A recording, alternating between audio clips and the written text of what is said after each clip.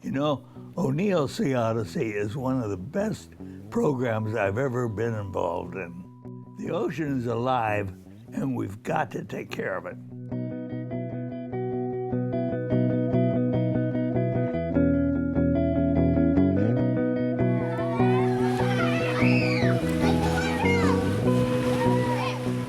Welcome to O'Neill's Sea Odyssey. I'm Dan Hafley, Executive Director.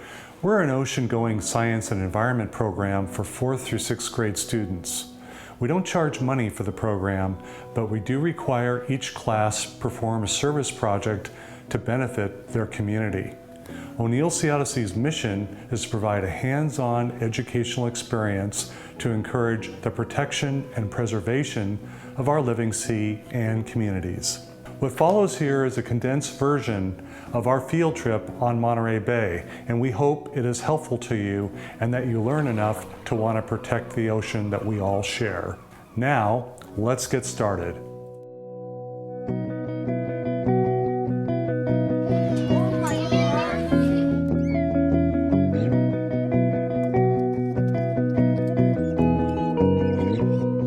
Hi, I'm Tim O'Neill. I'll be your captain today. Welcome aboard.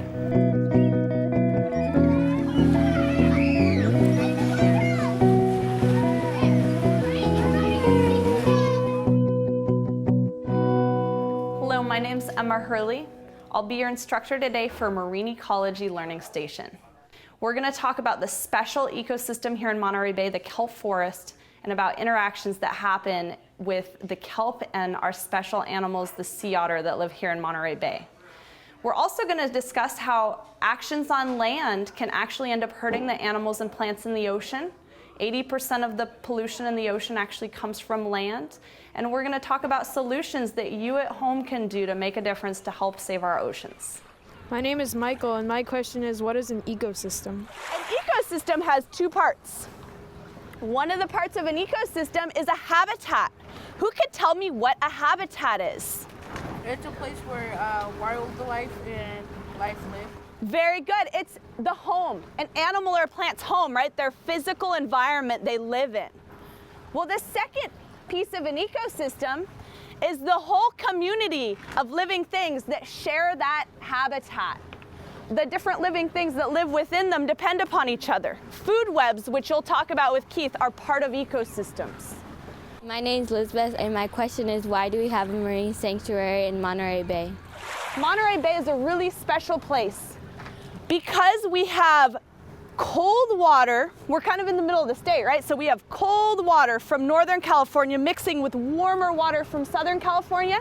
We get a lot of unique species that live here. We actually have some endangered species here in Monterey Bay that live nowhere else. So because we have a lot of different ocean life, these waters that we're on are actually protected as a national marine sanctuary. We're on the waters of the Monterey Bay National Marine Sanctuary, which is kind of like a state park or national forest on land. These waters are protected from human activities that would cause a lot of harm to the unique animals and plants that make the Monterey Bay their home. We also have tons and tons of kelp forest, which is a very unique, awesome ecosystem that we will spend more time talking about. My name is James. Why is the kelp forest so important? So just like we have forests on land, we have a kelp forest under the ocean water. It's our most important ecosystem here in Monterey Bay because it provides two very important things for the animals that live in the kelp forests. Food and shelter are very important to animals, and the kelp forest offers both of those things. So we are going to talk about the kelp forest because it is our ecosystem in Monterey Bay that one has the most life. Over 1,000 living animals can live on one kelp plant. It's pretty amazing. It also has endangered species that live there and nowhere else, like the sea otter that we'll talk about in a little bit. This is the holdfast, the bottom part of the kelp.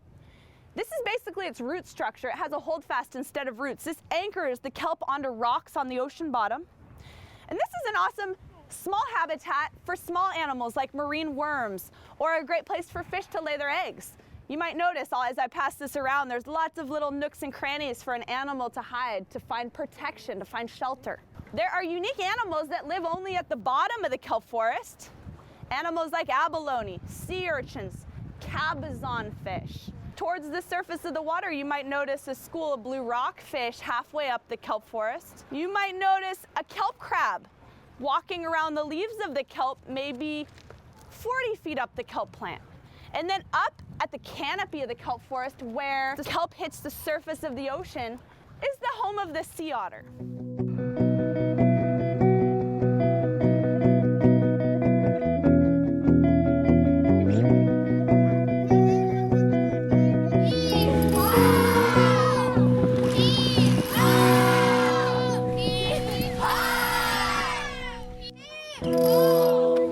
Okay, one more big one. Okay, you guys can drop the line. Hi, my name is Tyree, and my question is, what is the big deal with protecting sea otters? Is it just because they're cute? This is the food of the sea urchin. Now, do I want to take a bite of this animal? No. The shark, maybe. That would hurt. These guys are really slow. They move as slow as a snail. They're not able to run away from their predators. So they have spines for their protection, and because of their spines, they actually have very, very few predators, the ones that live here in Monterey Bay. Sea otters eat them. You can say that a little louder. Sea otters eat them. So the main predator of the sea urchin is the sea otter. Now, if you guys imagine if the sea urchins had no predators, what might happen to the kelp forest if the sea urchins eat that holdfast from the kelp plant? Their populations would get really big and they would actually wipe out the kelp forest. And they clear-cut kelp forest by eating the bottom part of the kelp plant. The rest of that kelp plant, this part, it ends up just drifting out to sea or onto a beach.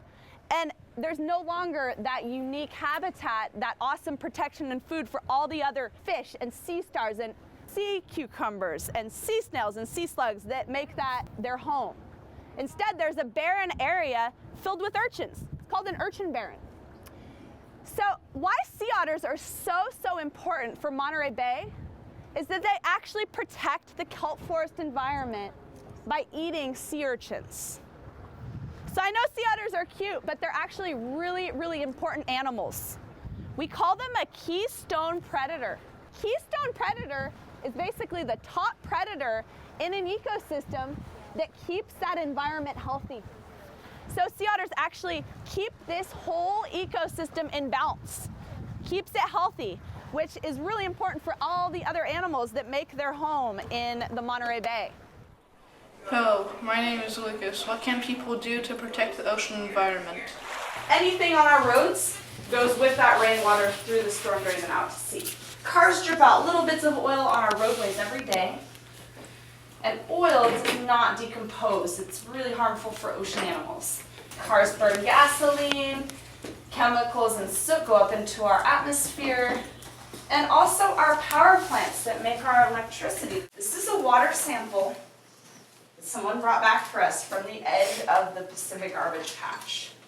Those teeny tiny specks you see in there are actually pieces of plastic. Seabirds, fish, they don't have better eyesight than we do. They see these little specks and they think food, and they eat these pieces of plastic. Most of the time, the plastic that's killing ocean animals are these tiny pieces. Make it rain.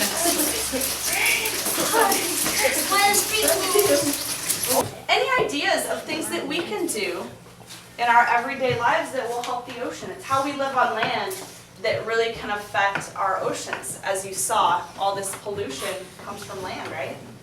Recycle. Recycle! Yeah, hopefully at school or at home, you guys all have one of these, right? A blue recycling can. Using reusable water bottles makes a huge dent on all that plastic that may end up out in the ocean. Say it was the weekend and you're going to the beach to play with your friends. And you end up on a beach where there's a lot of trash, tons of trash. Well, you're there to play, you're not there to pick up trash, maybe you don't have time. And it might be a little overwhelming to see a lot of trash. You might think like, oh, well, I'm not going to deal with this. It's too much, it won't make a difference. Would it make a difference if you picked up one piece? Yes. What if you made a commitment to pick up one piece of trash once a week? Is that hard to do? No. Super easy to do. That's my commitment to myself. I try to do more than that, but just picking up one piece of trash once a week Imagine how many pieces of trash that would be if you guys lived to 100 years old. That would make a difference over time, right? Yeah. So picking up trash, you might think, oh, this won't really make a difference, but it really does.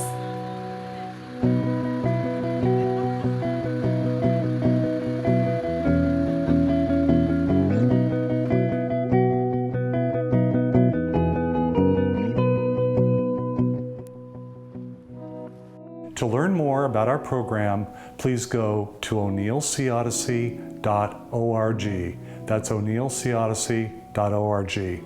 This virtual O'Neill Sea Odyssey field trip is made possible by the Community Foundation for Monterey County, Team O'Neill and O'Neill Yacht Charters, and Joyce Anderson Productions. Thank you.